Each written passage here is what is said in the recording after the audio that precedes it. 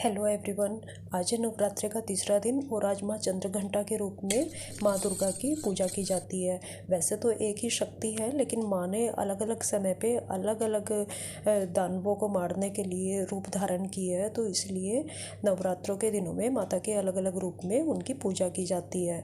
और दुर्गा सप्तशती जैसे पढ़ते हैं तो उसमें अलग अलग अध्याय हैं, तो उसमें माता के उत्पत्ति और किस तरीके से उन्होंने जैसे महिषासुर का वध किया और शुंभ निशुंभ उनको मारा, ये सब की कथा बहुत ही विस्तार से कही गई है। तो हर दिन अलग अलग अध्याय पढ़ने पड़ते हैं। तो सुबह के टाइम में जल्दी से घर के सारे काम ख़त्म करके और घर की साफ़ सफाई करके पूजा की तैयारी में लग जाती हूँ। बच्चों के स्कूल की छुट्टियाँ चल रही है, तो बच्चे अभी सो रहे हैं, तो जब तक वो सोते हैं उस तरह टाइम में जल्दी से पूजा कर लेती हूँ। और बहुत ही अच्छा लगता है नवरात्रों में सुबह उठ के पूजा करना, और एक अलग ही शक्ति महसूस होती है माता की जैसे व्रत करते हैं।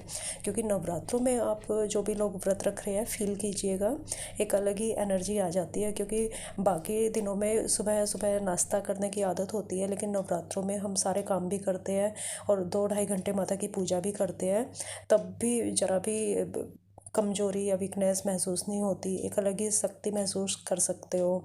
और बाकी दिनों में जैसे शाम को दही वगैरह खा लेते हैं तो तबीयत ख़राब हो जाती है, लेकिन नवरात्रों में ये अलग ही महसूस किया जाता है कि शाम को दही के बगैर तो कोई ऐसा खाना होता ही नहीं है नवरात्रों का कि खा सके।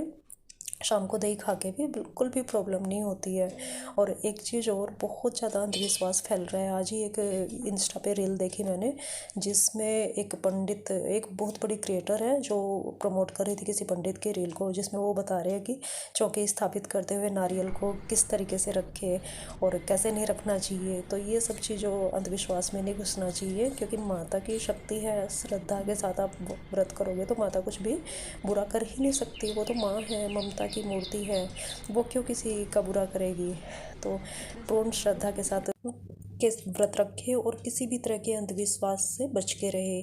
क्योंकि लोग अपने व्यूज़ बढ़ाने के लिए तरह तरह के अंधविश्वास फैला रहे हैं और लोग उनके चक्कर में पड़ जाते हैं और अपने मेंटली स्ट्रेस ले लेते हैं कि हमने ये गलती कर दी, अब कहीं हमारे घर में कोई बीमारी ना आ जाए या कोई शत्रु भी ना बढ़ जाए या कोई हानि ना हो जाए। तो ऐसा कुछ नहीं होता। श्रद्धा के साथ आप व्रत कर